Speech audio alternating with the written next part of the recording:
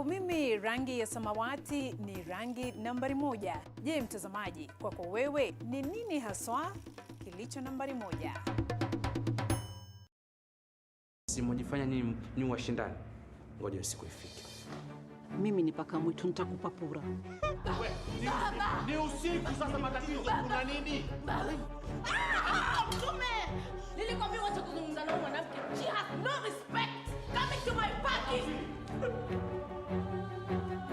Wacha kunipiga, nipige. Kuwa makini sana ule mke wako.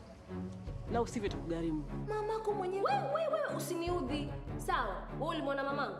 Huwezi kunisaidia? Nenda zako. To you too. Cheers.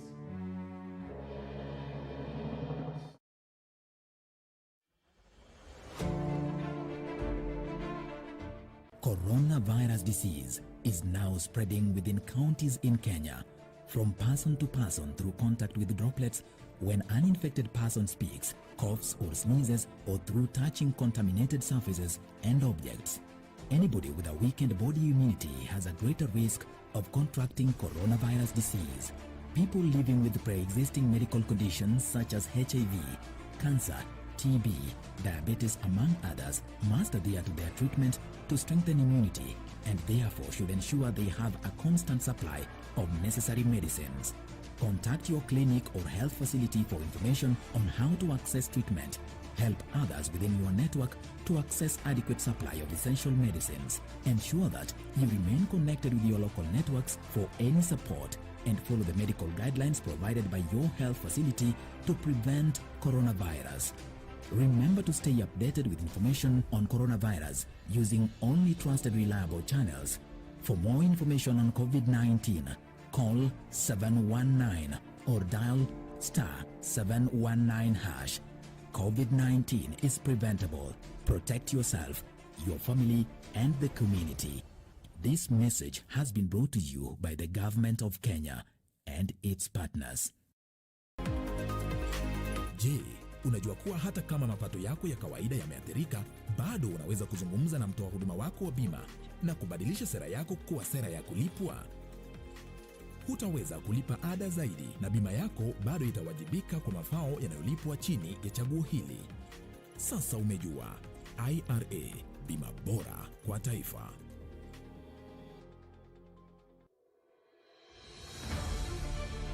Virusi vya korona huenea unapokaribiana na mtu aliyeambukizwa kupitia matone, haswa wakati anapokohoa au kupiga chafya, na pia kwa kugusa sehemu au vifaa vilivyo na virusi hivi.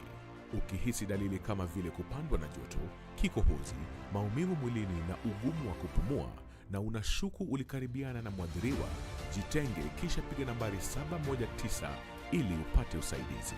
Mtu yeyote anaishi na maradhi sugu kama vile virusi vya HIV, kifua kikuu, saratani na mengineo anashauriwa kutumia dawa zake jinsi alivyoshauriwa na daktari bila kukosa. Komesha korona. Ujumbe huu umeletwa kwako na serikali ya Kenya.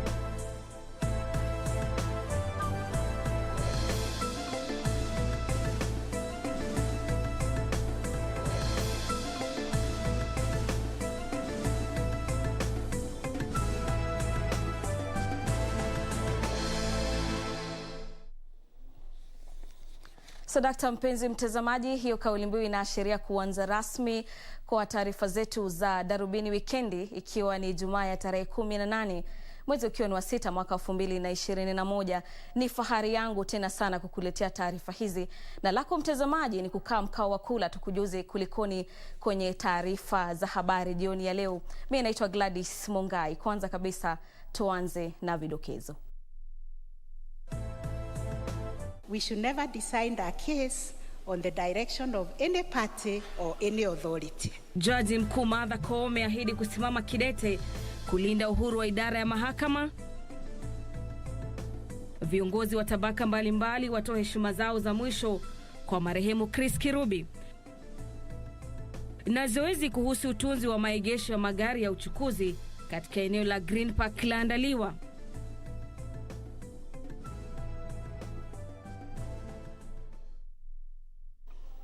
Karibu mpenzi mtazamaji, sema nasi kwenye mitandao yetu ya kijamii. Ukurasa wetu kwenye Twitter ni @KBC Channel 1 na @Gladys Mungai. Vivyo hivyo fanya hivyo kwenye ukurasa wetu wa Facebook @KBC Channel 1. Na moja kwa moja mtazamaji, tunaanza hapa jijini Nairobi, na ni kwamba shughuli za uchukuzi kwenye barabara ya Mombasa zilisambaratika wakati maafisa wa halmashauri ya kutoa huduma jijini Nairobi walipoyaelekeza magari ya uchukuzi wa umma. Hii ni kutoka mitaa ya mashariki ya jiji kwenye kituo kipya cha kuegesha magari cha Green Park. Magari ya matatu yaliyojaribu kukwepa kituo hicho cha mabasi yaliamua kutumia barabara ya Jogoo, hali hiyo ikisababisha msongamano mkubwa wa magari hapa Nairobi. Wahudumu hao walisema kwamba kituo hicho hakitoshei magari yanayohudumia wakazi wa mashariki ya jiji. Ni katika kituo kipya cha magari ya uchukuzi wa umma cha Green Park. Magari ya matatu yalipiga foleni kusubiri kuelekezwa mahali pa abiria kutua na kuabiri magari yao kuelekea mitaa mbalimbali ya jiji la Nairobi. Shughuli hiyo hata hivyo ilisababisha msongamano mkubwa wa magari jijini Nairobi. Ni msongamano wa magari uliotanda na kuathiri maeneo mengine jijini mbali na kituo hicho cha mabasi. Ile gari ilikuwa inaenda skodi kama 5, 6, saizi tuko skodi ya 3 ya pili kwa sababu ya jamu kubwa sana Mombasa Road na hizi zingine pia barabara hizi zingine. So kazi ni ngumu, hatujazoea hii kitu. Afadhali turudishwe mahali tunakuanga juu hata jamu inashikanga jioni siku masaa kama hii. Sasa ni kwa skodi ya 3 kushua na magari ni ya wenyewe, tutapata kazi gani? Tutapata mshahara tutatoa wapi shwari? Mtu anakulipisa kama mtu kama Rongai ama Kisii ama Sadzazveria mfano wapi 100. Hii 100 tunapata wapi na vile Kenya kumekaa saa hii? Sasa itakulazimisha mwananchi wa kawaida akwa aklipe hiyo 100 ama 150 because I know jioni itakuwa na 200 ama 300. Because I know these people they walisha tengeneza wako nayo, wewe mwananchi ambaye hauna kitu. Baadhi ya wahudumu walisifia ufunguzi huo wa kituo hicho wakisema kitalainisha shughuli za uchukuzi kwenye jiji la Nairobi. So kwa wenye magari ikiendelea hivi tunaona sio kitu mbaya.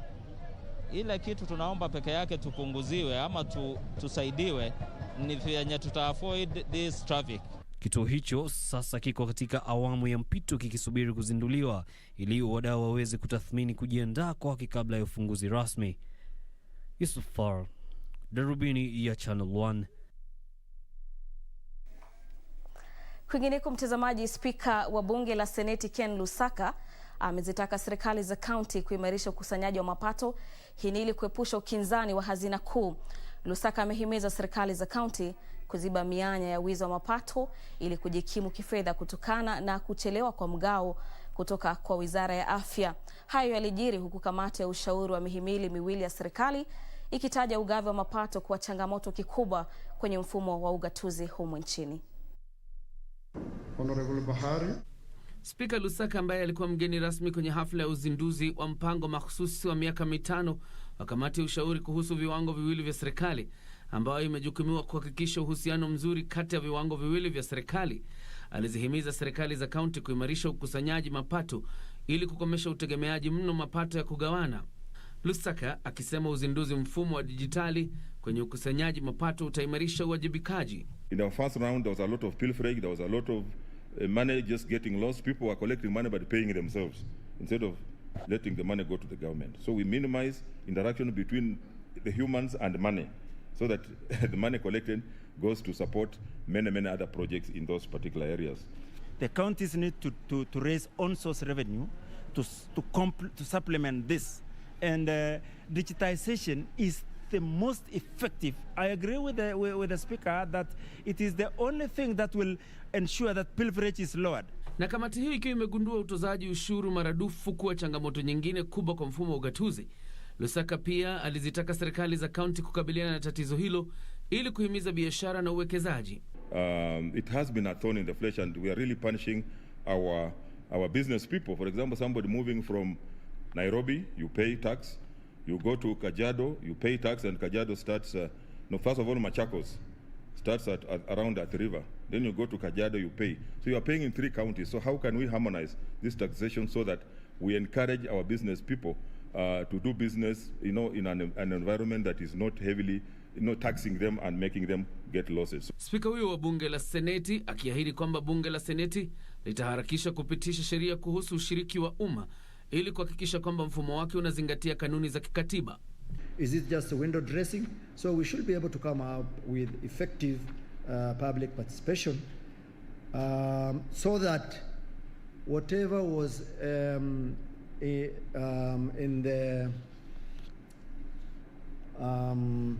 the opening, what do you call it, of the Constitution, the preamble, whatever was in the preamble in terms of people empowerment is actually realized.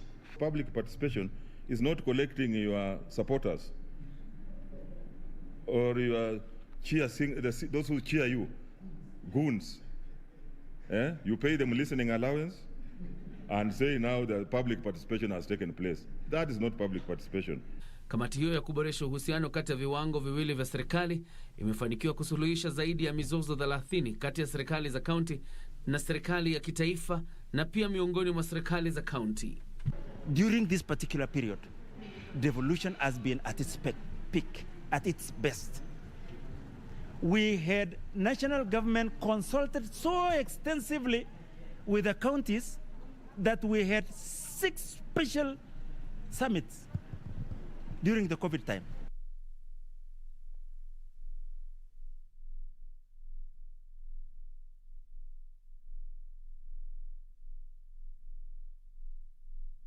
Tukiachana na masuala ya ugatuzi na kuelekea mahakamani, ni kwamba Jaji Mkuu Martha Koome amesema hatashawishiwa katika jukumu lake ila kulinda uhuru wa idara ya mahakama.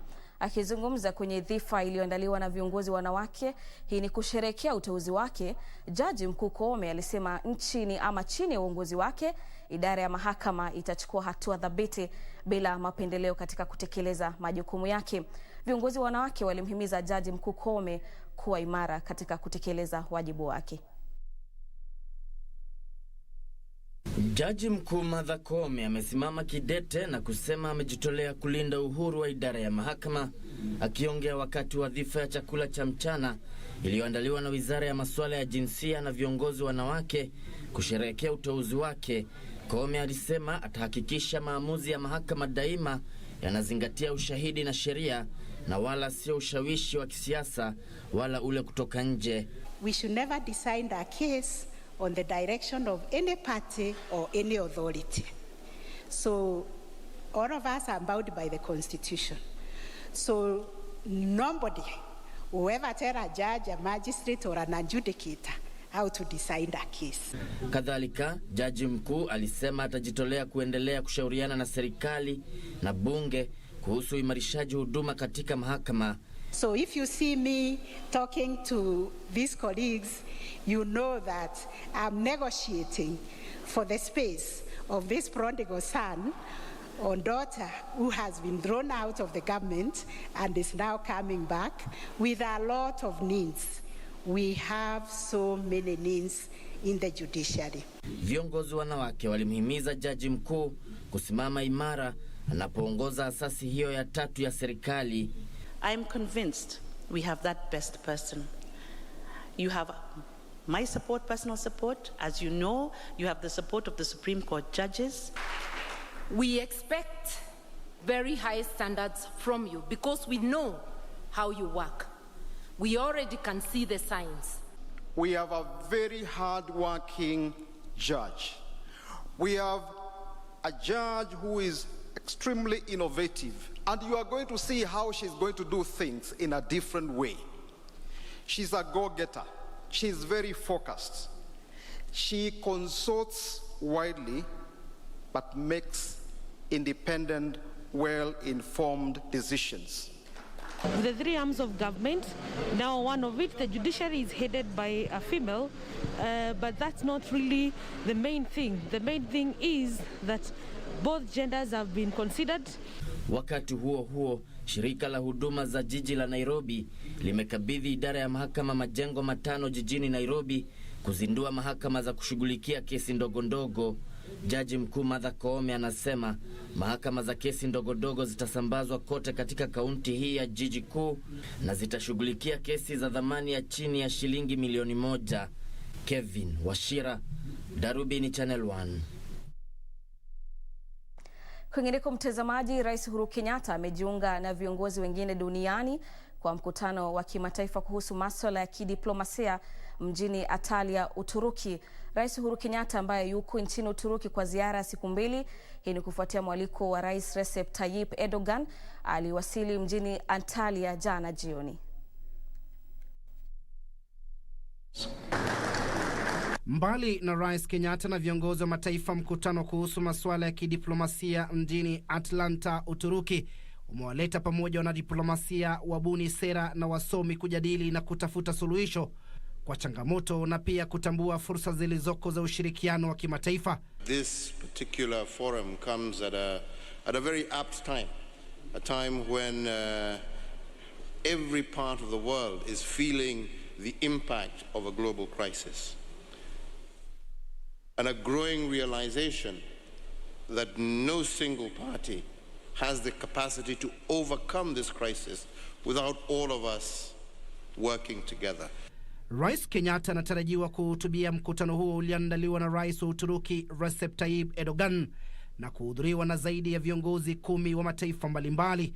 That this is not really a time for recrimination or pointing fingers, but we really have to accept also that we have seen that the global governance system isn't actually working equitably and fairly for all global citizens. And I think it just draws us to the reality that we have a challenge, and that challenge can only be overcome if we democratize much more our global governance systems. Rais Kenyatta anayeandamana na waziri wa mashauri ya nchi za kigeni Rachel Omamo pia anatarajiwa kuhudhuria mikutano mingine na vikao vingine pembezoni mwa mkutano huo. It has been a vessel, it has been an instrument that has been in use dating back to many ages.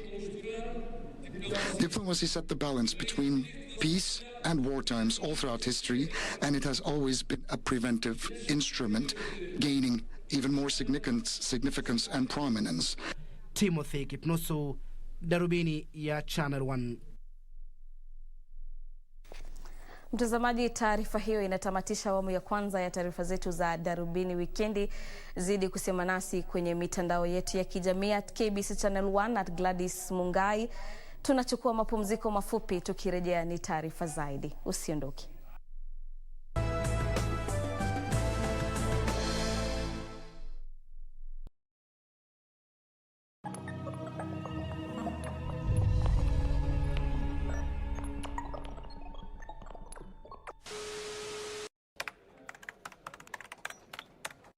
Kwangu mimi mtazamaji, kinywaji changu nambari 1 ni kinywaji cha chai. Kwako wewe ni kipi ambacho ni nambari 1?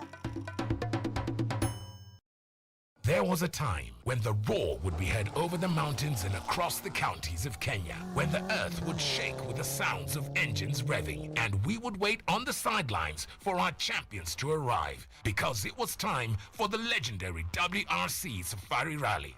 The Safari Rally is finally back, and KCB is proud to be part of that journey. It's time to feel the roar again. KCB Bank, financial partner of the 2021 WRC Safari Rally Kenya. Je, unajua unaweza chukua bima ya maisha ili kusaidia familia yako na unaowapenda iwapo watapatwa na msiba usiotarajia kama vile kifo au ugonjwa? Chukua bima ya maisha na uhakikishe familia yako ina maisha bora siku za usoni. Bima ya maisha hukusaidia kuweka akiba ambayo hulipwa ikishapevuka. Sasa umejua. IRA, bima bora kwa taifa. Malaria ni ugonjwa hatari sana unaoua watu wengi hapa Kenya. Japo kuko na korona, hatari ya malaria bado iko. Mtoto huyu alikuwa na joto jingi, kutetemeka, kuumwa na viungo na uchovu. Alikimbizwa hospitali ya umma ambako sheria za COVID-19 huzingatiwa na ni salama kwa shughuli ya upimaji. Vipimo vilionyesha kuwa ana malaria na papo hapo daktari akampa dawa za malaria na kumshauri azimalize, na ili kujikinga wawe wakilala ndani ya neti iliyotibiwa. Malaria husambazwa na mbu. Walio hatarini ni watoto wa chini ya miaka 5 na akina mama wajawazito. Kupimwa na kutibiwa ni bure katika hospitali zote za umma. Usisahau adui malaria. Zero malaria huanza na mimi. Chukua jukumu leo. Komesha malaria. Ujumbe huu umeletwa kwenu na Wizara ya Afya. Bwana Motiso, pikipiki yako ndio hii. Uko shoni yangu. Hii pikipiki ni unakumbuka uniekelea the lowest unique bid yako ilikuwa ngapi? 18 shillings. Na unajua kuendesha hii gari? Kidogo. Haya, kitoko yako shika helmet, kifungu yako chomoka na mali yako. Kujiunga na QuickBid ni rahisi. Enda kwenye M-Pesa, bonyeza paybill kisha weka business number 4032353. Kwenye account weka kodi ya bidhaa unayotaka na bid yako ya chini zaidi. Kwa mfano TV 16. Kisha weka shilingi 20 tu kama idadi yako. Weka bid yako pia kwenye www.quickbid.co.ke. Kumbuka, bid ya chini zaidi ya kipekee ndio hununua. QuickBid, bidhaa bora kwa bei ya chini. Kupata skiza tune ya Usifadhaishwe, dial star 811 star 815 hash.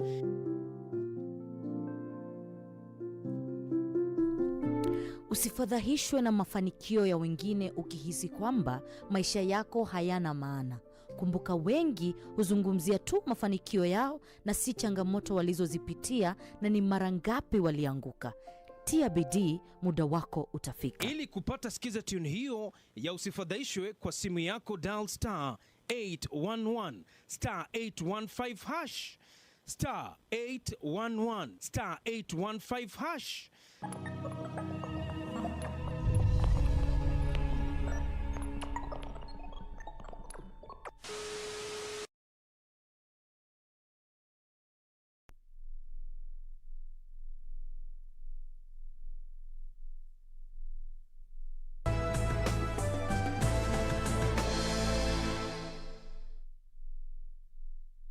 Karibu tena mtazamaji, na iwapo ndio mwanzo unajiunga nasi, unatazama taarifa za Darubini Wikendi. Tukiangazia masuala ya siasa, ni kwamba chama cha Jubilee leo kiliwarai wakazi wa Kiambaa kuunga mkono mwaniaji wake katika chaguzi ndogo mwezi ujao wa mwezi wa 7. Kampeni hiyo ilikuwa na ahadi tele, huku chama hicho kikiahidi kuhakikisha haiba ya aliyekuwa mbunge wa eneo hilo marehemu Paul Koinange na kwamba inatimizwa.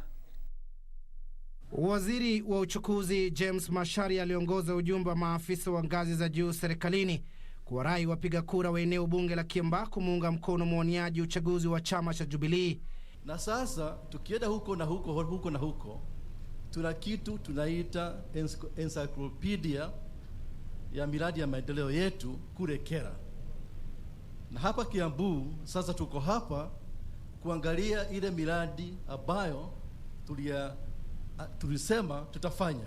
Wakiongea wakati wa uzinduzi wa barabara ya kutoka Kihara hadi Karura, viongozi hao wakiongozwa na gavana wa Kiambu James Nyoro, seneta Kimani wa Matangi na mbunge wa Kiambu mjini Jude Njomo walisema mwaniaji uchaguzi wa chama cha Jubilee ndiye anayefaa zaidi kuchukua mahala pa marehemu mbunge wa eneo hilo Paul Koinange. Na hii barabara itaisha, si ile maneno mliambiwa ati msichagua nini ati haitaenda, itakaa hapa tu, lakini na nyinyi lazima mchague Kaleli Jama, si ndio? Si ndio? Mimi nipiganie barabara ziendelee na nyinyi muniletee Kaleli Jama, si ndio? Sisi tumesimama imara kama kitu moja na hakuna siku hata moja ambaye sisi tumewahi kuongea tukakata kauli, tulikuwa tumesema watu wa ngambo ile na ngambo hii tunakuanga watu kitu moja, na ule mtu anagojea ati sisi tutaanguka hii mtihani ndio abahatike ameng'oa. Tutakaa pamoja katika chama ya Jubilee, na kama nilivyosema, kama chama ya Jubilee iko na shida, hiyo shida ndio tutatengeneza. Tunyoroshe chama ikuwe mzuri, sawa sawa, na chama ikiwa mzuri tutaipenda na tutafanya kazi naye. Viongozi hao walisema ujenzi wa barabara ya kutoka Kihara hadi Karura utakuwa na manufaa makubwa kwa wakazi wa sehemu hiyo katika kufikia soko la jiji. Wakati huo baraza la magavana sasa linaitaka serikali kuondoa marufuku ya miaka 3 ya upasuaji mbao, likidai kuwa sera kuhusu udumishaji eneo la misitu imeafikiwa. We have had a ban on logging for a long time, but it's now time to review that ban so that we can be able to use the resources, the forest resources that are there. Because after the forest resources or the trees are mature, if you don't use them, they will automatically, die. Recognizing even the individual forest farmers who own forests, and we want them to be incentivized if they're searching. We want them to get incentives so they can we can have individual farmers who grow maize, growing trees and becoming planters as we move on into the future. Hivyo tuna shida mingi ile tunataka kufanya nini? Saidizi. Na mimi kwa niaba yenu ningeomba, ingawa sisi county government pia tutajaribu kushughulikia zingine, serikali kuu pia tutakuja kupelekea hawa. Saizi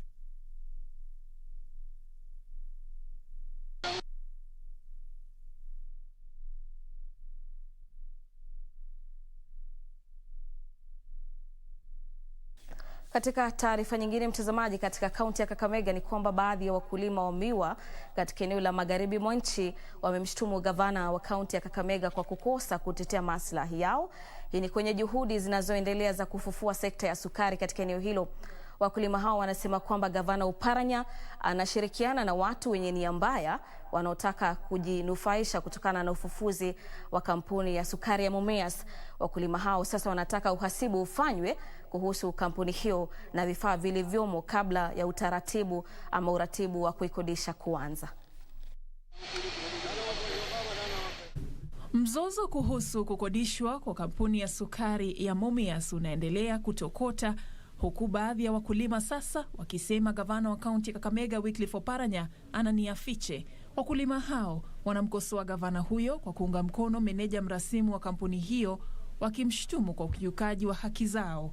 Wakilalamikia tangazo la hivi majuzi kwenye magazeti ya humu nchini, wakulima hao wanamshtumu gavana Oparanya kwa kushirikiana na baadhi ya wawekezaji. Na sisi tunataka kuambia gavana Oparanya atoke kwa magazeti kwenda kulipa advert ya shilingi 1,300 kwenda mbele kila siku kwa magazeti, na ile hali hakuna mkulima ama wakulima wachache sana wanasoma hayo magazeti. Oparanya akuje kwa ground aongee na wananchi na wakulima wa miwa, kwa sababu sisi kama wakulima wa miwa tunashangaa gavana bado anafikiria sisi tuko na pesa ya kununua magazeti kila siku. Juma lililopita, maseneta kutoka eneo la magharibi ya nchi walimtaka mrasimu huyo kutangaza hadharani utaratibu wa utoaji zabuni ya kukodesha kampuni hiyo. Sote tunakubaliana kwa umoja ya kwamba yafaa Mumias iweze kuwa revived, lakini jinsi ya kurevive ndio wasiwasi yetu. Kwa hivyo sisi tunashinikiza tu ya kwamba serikali kuje wazi, huyu mrasimu aje wazi, atupatie status report ya Mumias Sugar jinsi ilivyo. Wakulima hao wanataka uhasibu kufanywa kudhibitisha vifaa vilivyomo kwenye kampuni hiyo kabla ya mrasimu huyo kuanzisha utaratibu wa kuikodisha. Na kuna lori ambayo ilishikwa kama imebeba vyuma kutoka Mumias Sugar Factory. Tuko hapa na evidence, hizi ni documents ambazo zilipatikana siku hiyo. Pili, tuko na OB number yenye ilipatikana, hiyo lori ilishikwa. Kwa hivyo sisi hatuongei kwa sababu tunataka kuongea. Kama stakeholders, kama wakaazi, tunasihi tu vitengo vya serikali viweze kuja hapa tufanye public audit, tuone mashine haya yako sawa au hayako sawa. Nikiripotia Darubini ya Channel 1, naitwa Safin Achieng Ouma.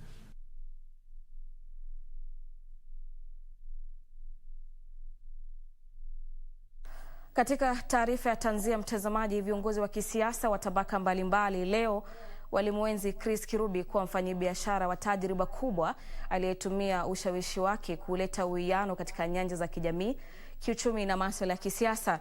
Viongozi hao walimpongeza marehemu Kirubi kwa mchango wake mkubwa katika kukuza uchumi wa nchi hii kupitia uvumbuzi wa miradi na mipango ya kuwashawishi vijana. Kirubi alifia nyumbani kwake siku ya Jumatatu alasiri baada ya kuugua saratani kwa muda mrefu. Marehemu mfanyabiashara Chris Kirubi leo amepokea sifa tele kwa mchango wake kwa uchumi wa nchi hii. Familia, marafiki na wafanyabiashara wenzake walisimulia kumbukumbu zao na kile watakosa mno kumhusu Chris Kirubi. But even as we grieve, let us hang on to the memories of him. The memories of Chairman, ranging from his amazing and charismatic character, infectious laughter, and astute leadership. I'm a graduate of his Institute of Advanced Hindsight and Institute of Advanced Foresight. The French business community has lost a partner with whom it successfully developed trade and joint investment. Chris loved and enjoyed his game of golf. Almost every Thursday, we would troop to Current Country Club for a game of golf. Chris was a formidable and a worthy competitor. Kwenye risala yake rambirambi, Rais Uhuru Kenyatta alimuelezea Kirubi kuwa mfanyabiashara mwenye tajriba kubwa na mvumbuzi ambaye alichangia pakubwa uchumi wa nchi hii. Kiongozi wa chama cha ODM Raila Odinga alitaja jukumu lililotekelezwa na Kirubi katika kukomesha ghasia za baada ya uchaguzi wa mwaka 2007. When we had election difficulties in 2007, 2008, Dr. John Kufuor was the chairman of the AU, and he came here to bring sanity to the warring sides of our politics. When he was here, he was permanently in company of Chris Kirubi. I used to join them at the Intercon for a cup of tea. Marehemu mfanyabiashara huyo alianzisha uandishi vitabu kupitia mtandao na mazungumzo katika shule za upili na vyuo humu nchini, miongoni mwa shughuli nyingine. Licha ya ujuzi wake mkubwa wa kibiashara, Kirubi alisifiwa kama mkufunzi bora na mnasihi wa kibiashara. Atazikwa kesho katika shamba lake huko Thika, kaunti ya Kiambu. Nancy Okware, Darubini ya Channel.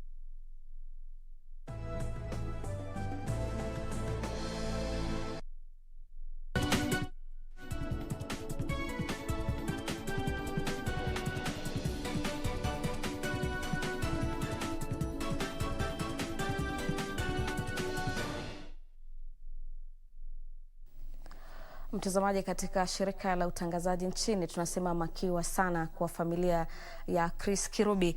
Tukiangazia masuala ya biashara, ni kwamba wataalamu wa masuala ya fedha wanasifia uamuzi wa hazina kuu ya kukopa fedha kutoka kwa masoko ya kimataifa, wakisema kwamba hali hiyo itakomesha shinikizo kwenye masoko ya nyumbani. Mtaalamu wa sera za umma Stephen Makwesi anasema hazina kuu inapaswa kutafuta fedha kutoka masoko ya kimataifa kwa riba ya nafuu. When you also look at the question of Eurobonds, you need to test out the market. And now from this test, it shows that there is still a great level of confidence on the Kenyan economy. And I wouldn't be surprised that in the coming few days, we end up looking again to another Eurobond issuance. Hapo jana, hazina kuu ilitangaza kwamba Kenya imepata shilingi bilioni 108 kutokana na uuzaji wa hati ya 4 ya euro. Idadi ya walionuia kuwekeza kwenye hati hiyo ilichupa kwa 400%. Hati hiyo inatolewa kwa riba ya 6.3% kwa muda wa miaka 12. Mtaalamu wa masuala ya sera ya umma Stephen Mwakesi anasema uwekezaji kwenye hati hiyo ni ishara kwamba masoko ya kimataifa yanaweza kutoa mikopo ya riba nafuu kwa serikali ikilinganishwa na taasisi za humu nchini. We're looking at a budget that's about 3.66 trillion, and the revenue that we are looking to fund this particular budget is about 2 trillion. So we have a deficit of about 1.66 trillion. So it will be quite impossible to imagine that we could get any sort of monies and that amount of money, 1.66 trillion, from grants. Kenya ni taifa la pili baada ya Ivory Coast kutoa hati wakati ulimwengu unapokabiliana na janga la COVID-19. Kenya ilijitosa kwenye soko la kimataifa la madeni mnamo wa mwaka 2014 wakati ilipopata shilingi bilioni 2 kutokana na hati ya kimataifa ambayo bado haijaanza kulipia riba baada ya miaka 3. Mwakesi anasema Kenya inapaswa kulainisha mpango wa kulipa madeni yake ili kuepukana na shinikizo za kugharamia madeni hayo. We would need to really look at cutting down our projected expenditures in every financial year and being realistic that these are the realities of the revenues that we are looking at and what we can actually be able to spend in every financial cycle. So going forward, it's a question of us being really realistic, but we can be able to cater to this particular debt that we do have as per now. We still have a lot of facilities available to the country when a need be, but again, there will be need for measures to be taken to ensure that we reignite our economy. Hazina kuu inasema shilingi bilioni 108 zilizotokana na uwekezaji kwenye hati hiyo zitachangia kulipa deni la taifa wakati huu taifa linapokabiliana na changamoto za ukusanyaji ushuru. Wakati wa kipindi hiki cha matumizi ya pesa za serikali, hazina kuu inatarajiwa kukusanya shilingi trilioni 2. Mwakesi pia anaihimiza serikali kulainisha matumizi yake ya pesa na kutilia mkazo sekta zinazopaswa kupewa kipaumbele.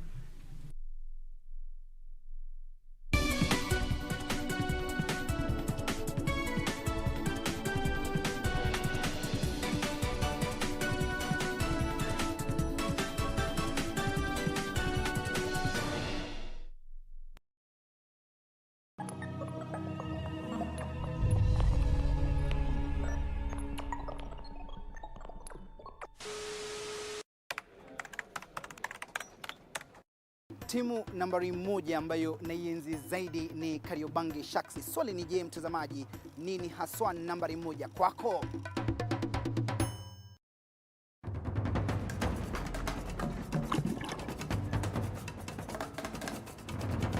I hope you're ready for climbing trees. This is Wildlife Warriors.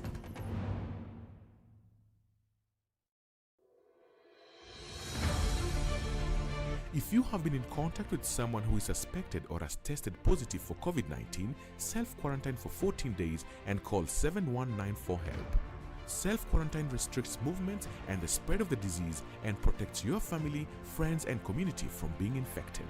During self-quarantine, you are advised to stay in a separate room, disinfect surfaces and clothing with appropriate disinfectant, avoid sharing household items including utensils, towels and beddings, do not receive visitors, wear an appropriate face mask if you must be around other people. COVID-19 is preventable. Protect yourself, family and the community. This message has been brought to you by the Government of Kenya and its partners.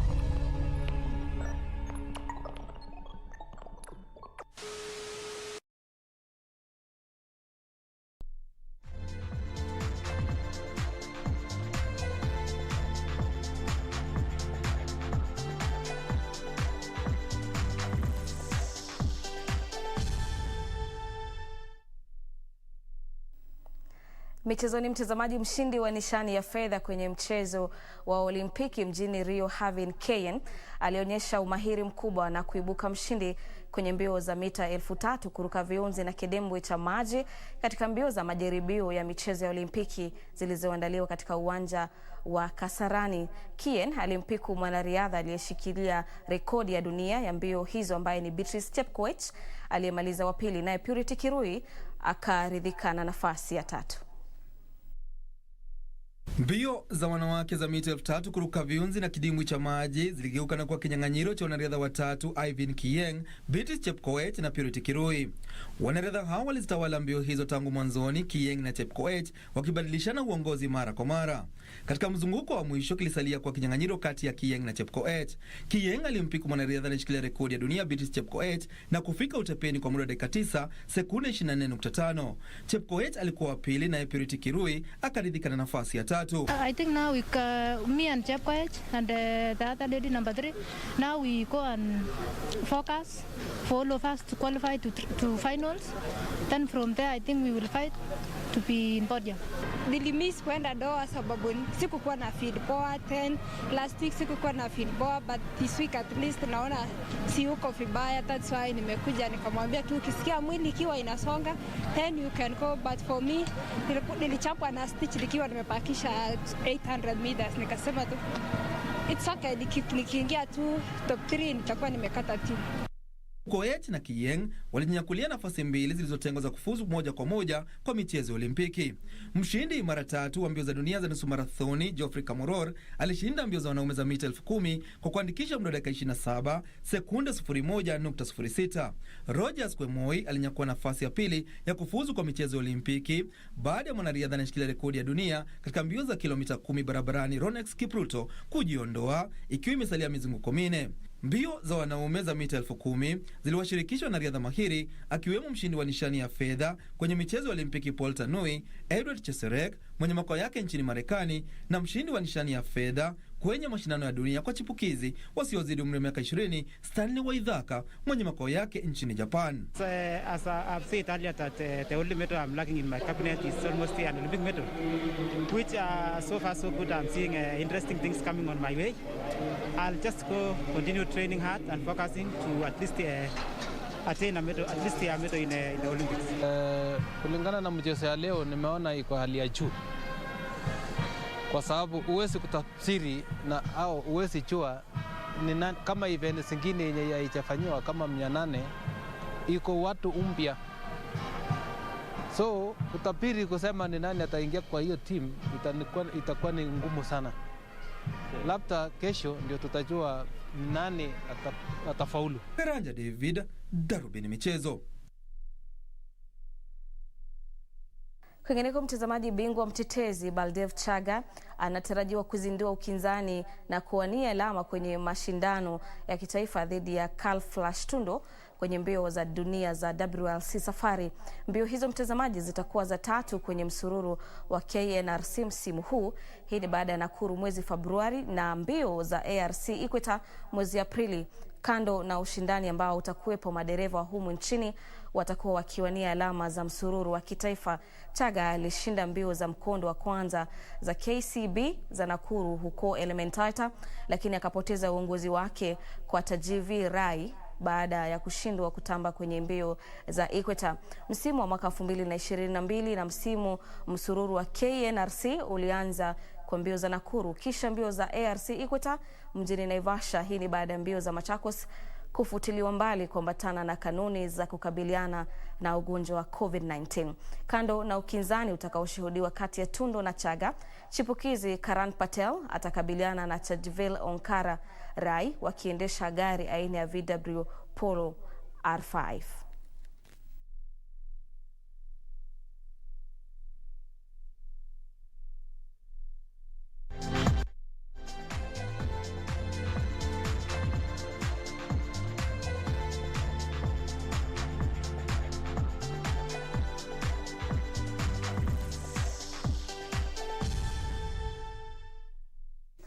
Mtazamaji, kufikia hapo hatina budi ila kulikunja jamvi la taarifa zetu za Darubini Wikendi na kuangalia tu mitandaoni. Mwasemaje? Wengi wenu mwasema mnatazama kutoka maeneo mbalimbali. Amon Kiprono anasema anatazama kutoka eneo la Nandi County. Sara Singa watching from Migori County. Mwingine anasema hamjambo Kabrol, tuko Kitengela live from Migori County. Anasema ito Sara Singa. Alafu mwingine yuasema vipi from Malindi, Tairos Darwesh. Halafu Barasa Robinson anasema anatazama kutoka eneo la Pipeline na anapenda jinsi taarifa zinavyofanywa. Na Mayan Moyan nategea KBC Channel 1 hadi tamati. Kazi poa, picha safi, tunasema asante. Alafu Eddie Peti anasema atazama kutoka Bungoma, I like and I love your updates, keep it up KBC. Taarifa na jumbe ni nyingi sana mtazamaji, ila sitaweza kuzisoma zaidi ya hapo kwa sababu ya wakati. Nasema asante sana kwa utazamaji wako hadi panapo majaliwa yake Mwenyezi Mungu. Mimi naitwa Gladys Mungai, mfasiri wa lugha ya ishara amekuwa Lucy Mwaura, na kutakia weekend njema.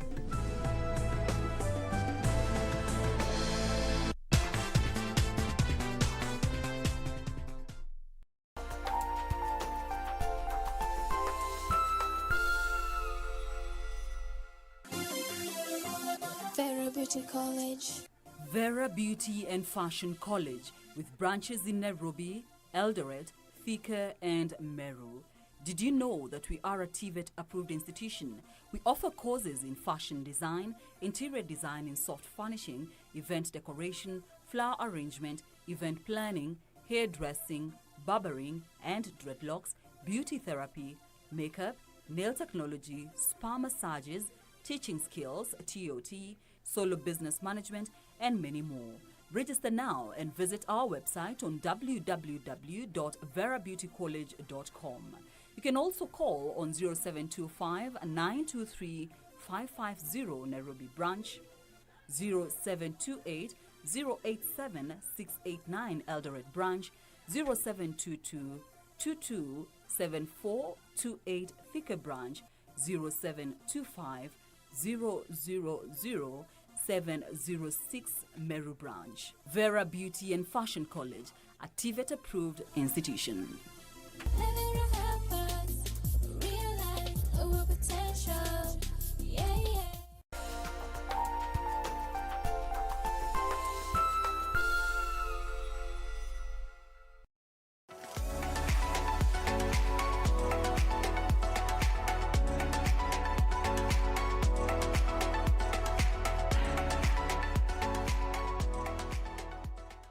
Asante sana mpenzi mtazamaji, mahali popote na nitizama, kwa majina yanajulikana kama Mutumishi Asante Yesu. Ukipenda niite Mr. Quickbit, tutakuwa tuko sawa. Na hapa kwenye Quickbit tunakuambia ni bidhaa bora zaidi kwa bei ya chini kwa chini na ni mali safi my friend. Tunataka ikufikie mahali popote upo. Ni rahisi sana, chukua simu yako, lipa na M-Pesa, paybill number 4032353. Kisha kwenye account eka kodi ya bidhaa ambayo tunauza kwa siku, amount 20 bob. Kisha unaponyoka na hizi bidhaa. Na ni rahisi sana, na sisi hapa studio tutakuwa tunakutumia SMS kukujulisha wewe wewe mnunuzi, wewe ndio naongelesha, kama wewe ni mnunuzi bora au la. Wenye mtandao quickbit.co.ke, fuata maagizo vizuri, alafu kisha pale ekelea kodi ya bidhaa tunauza kwa siku, na utakuwa unaponyoka, unaomoka, unaishia, unanunua hizi bidhaa, na utakuwa unabahatika, unafurahia. Siku ya leo tunakupatia fridge my friend, ikiwa ni weekend, cool down ya temperature, cool down ya food, cool, chakula isiharibike kama Quickbit iko hapa. Ni rahisi sana, simu yako chukua, twende na wewe kwenye lipa na M-Pesa, paybill number 4032353. Kisha kwenye account eka kodi ya fridge yetu ni CM my friend. CM fuatanisha na lowest unique bid, CM 106, CM 97, CM 90.